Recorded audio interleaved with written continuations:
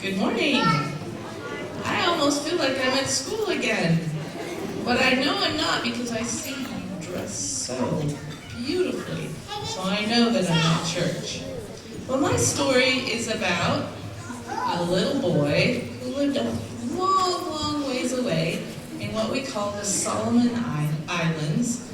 On an island, quite a big island called Guadalcanal. He lived up in the mountains in a little village. And I don't know what his name is because the story didn't tell me that I read what his name was. So I'm going to call him Sake. So Sake lived up there in a remote village.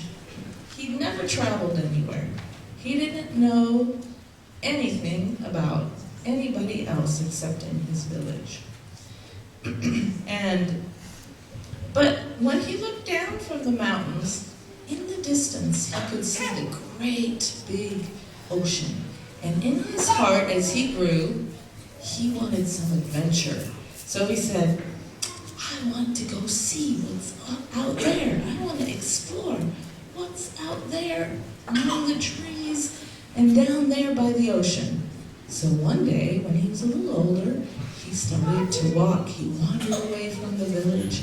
And as he was walking, he came upon another village, and he heard some strange sounds. And he listened. Oh, he liked those sounds. And he snuck behind the trees, from this tree to that tree.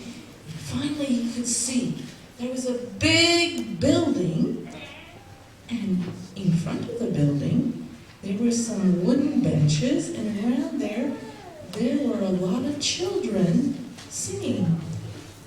And he didn't know, but it was a school, because he didn't have any schools in his village, but he loved to hear the singing.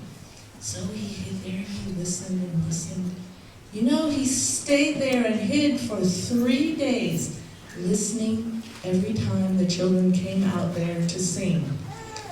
And one day, someone from the school discovered him and said, oh, come on in. They found out who his name was, but you know, he didn't understand their language. So he didn't know what they were saying in their songs, but he just listened to them, and he noticed that they were saying often, the only word he kind of picked up was Jesus, Jesus, Jesus. And he wondered about that. And the person who found him invited him in, gave him some food, because by this time he was pretty hungry. I'm sure he had brought a little bit of food, but he didn't expect to be staying that long. He was so interested by that music. And you know what? They allowed him to sleep in the classroom while the children were away. And he stayed there for a whole week, just sitting and listening to those songs. And finally they found there was someone in the school who could speak his language, and he found out that they were singing about Jesus, that he wasn't in their village, but that he was going to come back soon.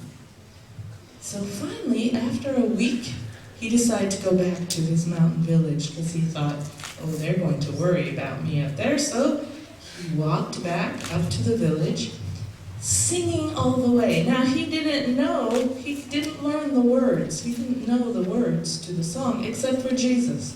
So he would sing the tune and go, Jesus, Jesus, Jesus, Jesus. All he said was Jesus over and over again, but he had learned the tunes. Because in the Solomon Islands, I've heard that they sing beautifully. So, and he had a talent for music. When he came back to the village, he was singing these tunes all the time, but saying the name of Jesus over and over again. Finally, his grandfather, who was the chief of the village, said, Saki, what are you singing? Where did you get that? And what is this Jesus, Jesus I hear? Well, Saki said he had learned this much. He said, Jesus is someone who is very loving, a God who is very loving. He's not like our spirits and devils that we worship, and the grandfathers, but he's not in that village, but he's coming back soon. So Grandpa said, oh, can I go? I think I'm going to go to that village, and I'm going to wait for that Jesus. So Grandpa got his stuff. Remember, he was the village chief, and he went and he found, Saki showed him the way, he found his way to that school. And he went in and he said, I want to know about this Jesus. Of course, they found a person who spoke his language because the other people did not speak the same dialect or language. And he stayed there for a while and he learned about Jesus, the God of love. And finally he said, what if I go back to my mountain village? When Jesus comes back, will he take me to live with him? And of course, what did they say?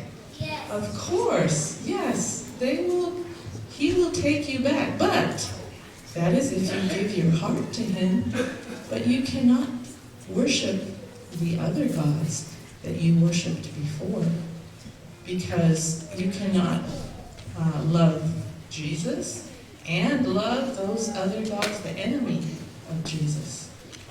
And Grandpa said, oh, I will gladly give that up and give my heart to Jesus because I've never been so happy.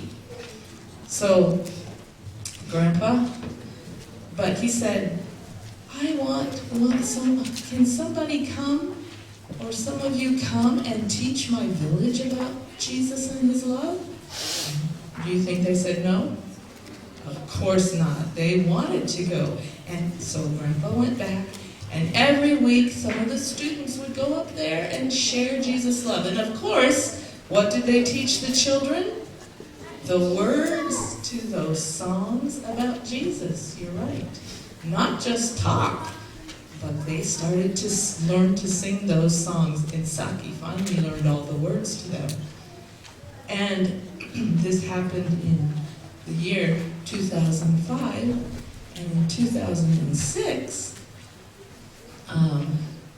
Grandpa was baptized, his wife was baptized, and the devil priest was baptized, and 8 of the other people became Seventh-day Adventists, all because one little boy had sung about Jesus, and he didn't even know Jesus. So I was thinking this morning, with all of you singing, you never know that if one day when you're in heaven, imagine this, someone comes up to you and says, you know what? I'm here today because I heard you sing. Wouldn't that be exciting? I'm here, I got to know Jesus and his love because you sang a song. So don't think that singing is not important. I think it's one of the most important ways to share Jesus' love. So would you be willing this morning to share again with us? Jesus' love.